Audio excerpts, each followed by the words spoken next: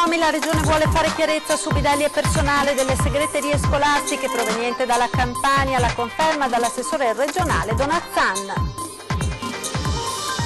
Operazione Scuole Sicure, controlli della polizia tra gli studenti dell'Istituto Cornaro di Jesolo appena scesi dal bus, sequestrato 1,5 etto di marijuana. Finisce amaramente un pezzo di storia di Forte Marghera con lo sgombero degli uffici della Marco Polo System ordinato dal sindaco Brugnaro. Modifica al codice della strada, un cittadino rumeno ed una moldava, i primi ad essere sorpresi alla guida di veicoli immatricolati all'estero, sono stati multati. La Commissione per la salvaguardia di Venezia ha approvato il progetto di protezione del canale Malamocco-Marghera, noto come scavo del canale dei petroli. Polemica a Venezia sulla decisione di trasformare 8 orti per gli anziani nel giardino di Palazzo Minotto in campi da tennis, convocata dalla municipalità un'assemblea pubblica. È diventata una vera e propria star a 96 anni appena compiuti, ogni giorno si reca al lavoro in un'azienda di tacchi, nonna Valchiria è instancabile. Buonasera e ben ritrovati con l'edizione di Venezia dei nostri telegiornali. In primo piano le notizie dal mondo della scuola, perché anche la Regione del Veneto vuole fare chiarezza sui falsi diplomi per bidelli e personale delle segreterie scolastiche. L'autonomia è l'antidoto, sostiene l'assessore regionale all'istruzione Elena Donazzan. Sentiamo. La Regione Veneto vuole fare chiarezza sui bidelli e il personale amministrativo che lavorano nelle segreterie e provengono dalla Campania. A dirlo l'assessore regionale Donazzan. È il fatto che pare che manchino i titoli di studio, pare che manchino una serie di determinazioni che sono amministrative, che sarebbero la ragione per cui una persona venga assunta passando una graduatoria prima di altri. Quindi ci sono delle anomalie, sono state riscontrate dalle scuole e io ho chiesto che si vada fino in fondo a questa vicenda. Donazzan ha già contattato la collega della Regione Campania per dirle che forse è il caso che verifichi anche le condizioni di quelle scuole che danno questi titoli. E certamente, conoscendo la collega, si attiverà, perché il problema è quello della reputazione poi della Campania. Non si può che per alcuni furbastri, perché di questo si potrebbe trattare, poi un'intera regione che insomma già non gode sempre di ottima reputazione ne abbia del danno. L'antidoto, ribadisce l'assessore, è l'autonomia. Con l'autonomia queste cose non dovrebbero più accadere, perché verificheremo i titoli e anche la titolarità di chi li eroga. Dall'altra parte ho suggerito alla collega della Campania come si fa in Veneto, ovvero l'ufficio scolastico regionale, che è il ministero sul territorio, ha una sua commissione di ispezione che verifica queste scuole, così chiamate diplomifici, che danno in fretta questi titoli. Ecco, qui da noi ci sono le ispezioni che le facciano anche loro. La cronaca ora nell'ambito dell'operazione Scuole Sicure, la polizia ha sequestrato hashish e marijuana agli studenti dell'Istituto Cornaro di Jesolo.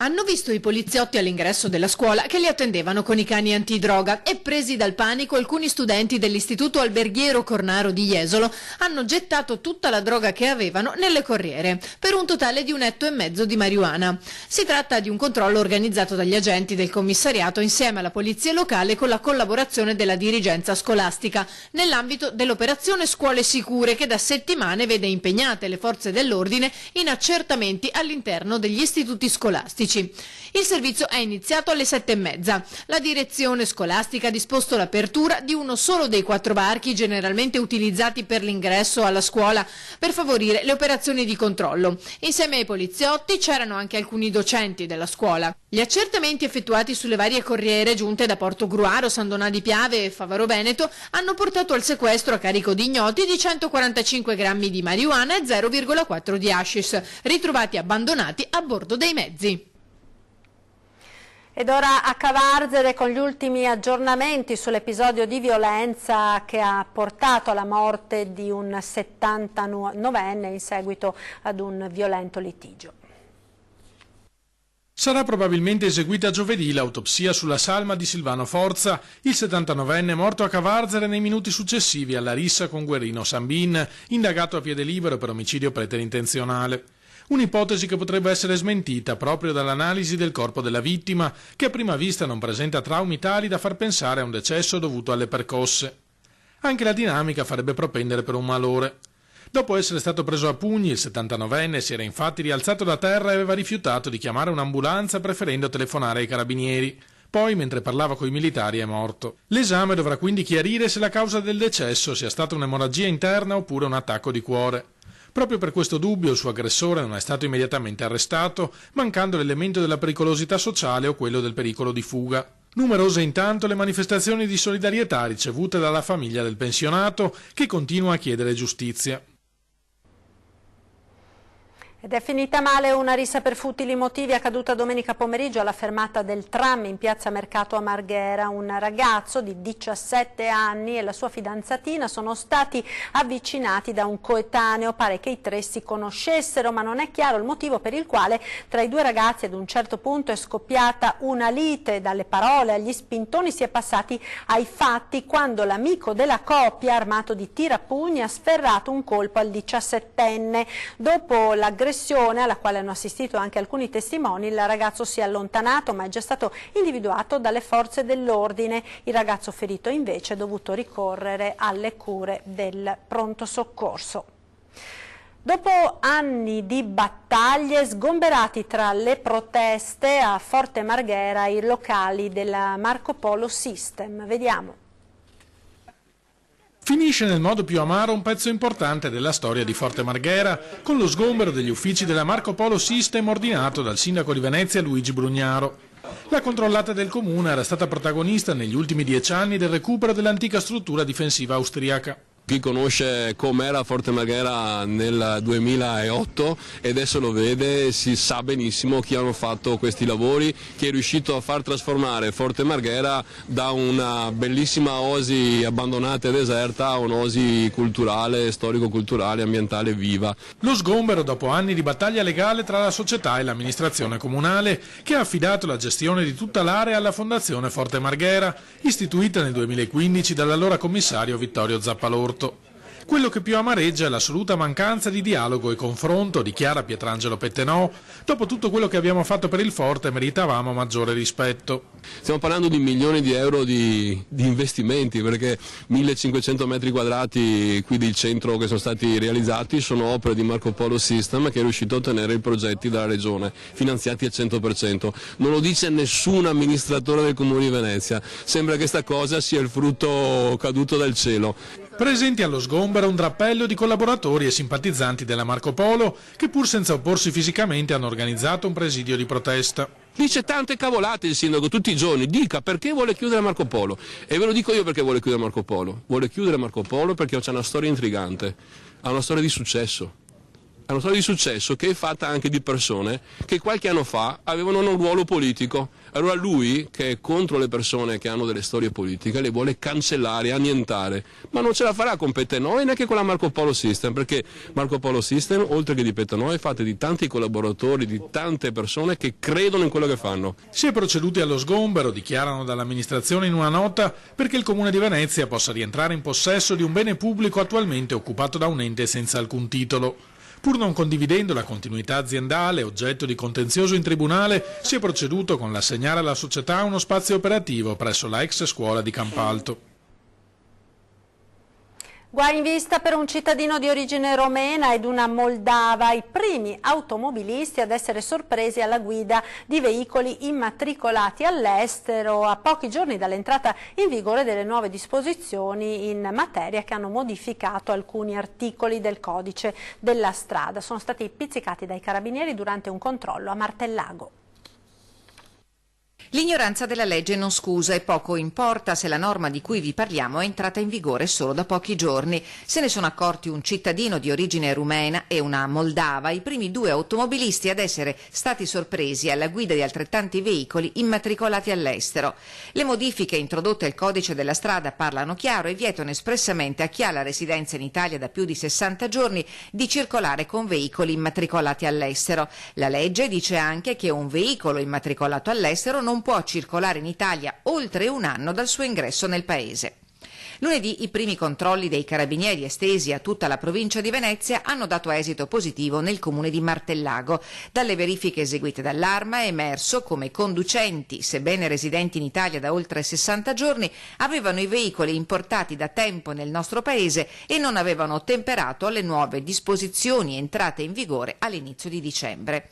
Le modifiche sono volte a ridurre l'uso illegittimo di escamotage che fino ad ora hanno consentito per esempio di dribblare contravvenzioni che non possono essere notificate direttamente o ancora peggio di sotterfugi in campo assicurativo e nel pagamento della tassa di proprietà.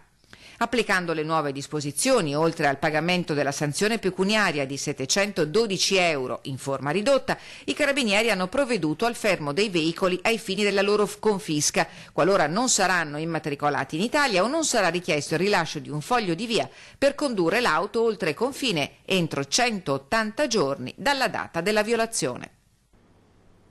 La Commissione per la salvaguardia di Venezia ha approvato il progetto di protezione del canale Malamocco-Marghera promosso dall'autorità di sistema portuale dell'Adriatico Nord, noto come scavo del canale dei Petroli. Italia Nostra ha annunciato subito ricorso, mentre per l'autorità portuale di Venezia ha giudicato con soddisfazione una scelta che riconosce l'efficacia tecnica di un progetto sviluppato sfruttando modalità di intervento sostenibili, in linea con quanto previsto dalla legislazione relativa alla laguna di Venezia. Poter finalmente garantire pienamente l'accessibilità nautica del porto, annota l'autorità portuale, consente allo scalo di mantenere standard competitivi adeguati alle sfide imposte dal mercato. Ci fermiamo ora per la pubblicità. A tra poco.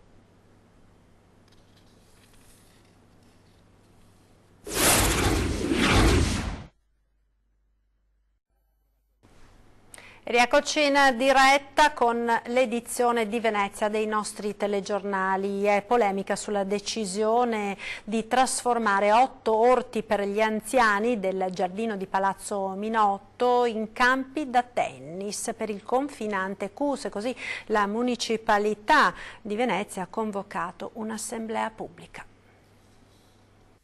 Ci sono gli orti di Palazzo Minotto all'Angelo Raffaele, tra Angelo Raffaele e Santa Marta, che praticamente sembra, da un'incursione fatta dal sindaco pochi giorni fa, che debbano essere in parte sostituiti da un campo da tennis del CUS che appunto è confinante con gli orti. Per ora sembra solo un'incursione, ci dice il presidente della municipalità di Venezia Murano Burano, e deve essere ancora confermata. Resta il fatto che la sola idea di assumere decisioni di questo genere, come se gli abitanti di quella zona di Venezia non esistessero, rischia di scatenare l'ennesima polemica contro il modus operandi della giunta Brugnaro. Da noi sono arrivate le segnalazioni dei cittadini allarmati perché non si aspettavano, non capiscono, e diciamo che questa metodologia di informazione ci sembra un po' impropria. Gli orti del giardino di Palazzo Minotto hanno una tradizione ventennale, sono una consuetudine storica per la zona di Santa Marta,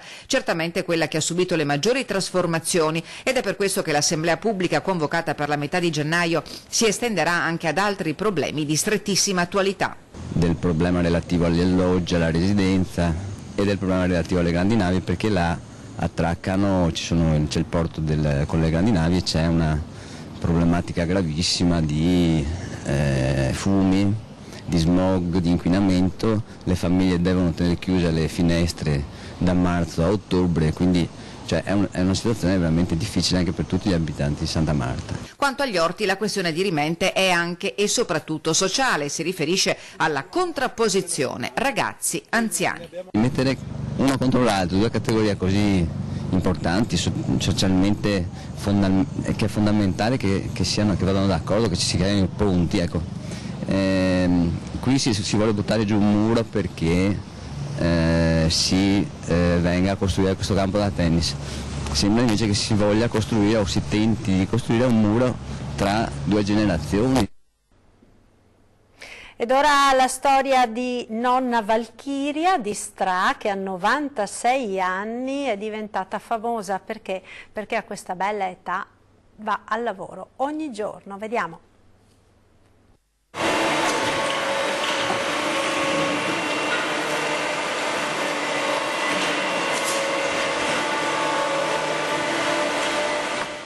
Da giorni è diventata una vera e propria star, tutti la cercano. Il motivo? A 96 anni appena compiuti, ogni giorno, come ha fatto per 85 anni, si reca al lavoro, nel tecchificio di Stra che ha sempre gestito col marito e che ora è passato a uno dei suoi 3 figli, Fabio.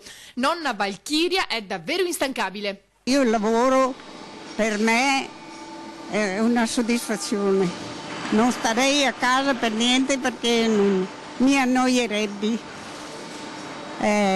Insomma, il lavoro per me è salute. Ho cominciato dopo sposata con mio marito, in mezzo alle ragazze, allora facevo anche più di tutto, adesso invece sono solo sui sopratacchi. La mia mansione è quella. Per mezza giornata dunque dà il suo contributo in azienda, poi però non va a riposare. Ho anche la casa da tenere, non è che abbia qualcuno che mi... È per quello che adesso vengo il pomeriggio, perché allora la mattina mi faccio da mangiare, faccio le mie cose e dopo vengo. Non sono capace di stare ferma. Io, anche se sono a casa i giorni di festa, anche i giorni delle vacanze, io ho bisogno che mi muova dalla sedia, non sono capace, mi siedo quel po' tanto per ascoltare qualcosa alla televisione, ma dopo io devo, allora ho una terrazza grande o giù, ho sempre qualcosa da fare, ma perché mi piace fare, ecco, non è che mi sforzo di fare, io faccio tutto volentieri, anche se sono stanca mi siedo un po' e poi via. Un esempio per tutta la famiglia, ma soprattutto una grande gioia. Lei venire qui, già che per noi è una grande soddisfazione potercela vedere tutto il giorno con noi, lei si guarda quella creatura che ha avuto modo di portare avanti fino ad ora e fa il suo lavoro e questo lo tiene attiva, parla con le persone, discute con i dipendenti, si mantiene, diciamo, questo è un lavoro mentale che a lei giova tantissimo. E non ha alcuna intenzione di lasciare la sua azienda. Finché Dio mi vuole qui, che nascia in salute, non smetto. No, non mi sentirei di rimanere a casa, proprio per me è un sacrificio grande. Vi ricordo ora la nostra rubrica dedicata ai presepi, se volete segnalarci la vostra natività chiamateci, i contatti li vedete in sovraimpressione, redazione @antena3.it oppure lasciate un messaggio alla segreteria telefonica o scrivete un sms o un WhatsApp ai numeri che vedete in sovraimpressione. Vi ricordo poi 20:10, torna subito dopo i TG, si parlerà questa sera di sicurezza nei locali dopo i tragici eventi, ospiti in studio Barry Mason, DJ di Radio Padova e Giannino Venerandi, titolare della discoteca Odissea di Treviso. Ed è davvero tutto per questa edizione, grazie per essere stati con noi, vi lascio alle previsioni del tempo.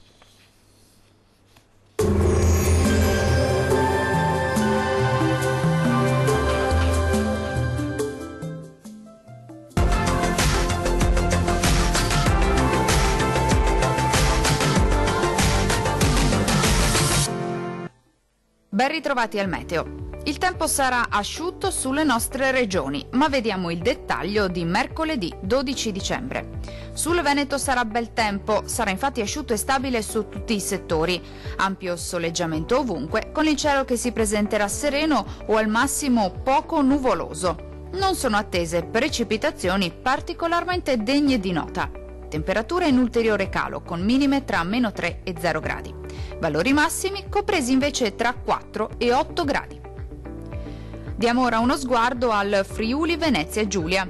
Non cambia di molto la situazione, anche sulla nostra regione il tempo si manterrà buono e anche ampiamente soleggiato, con cielo poco nuvoloso, salvo per qualche addensamento sulle aree montuose, ma senza ulteriori conseguenze. Temperature minime tra -2 e 0 gradi.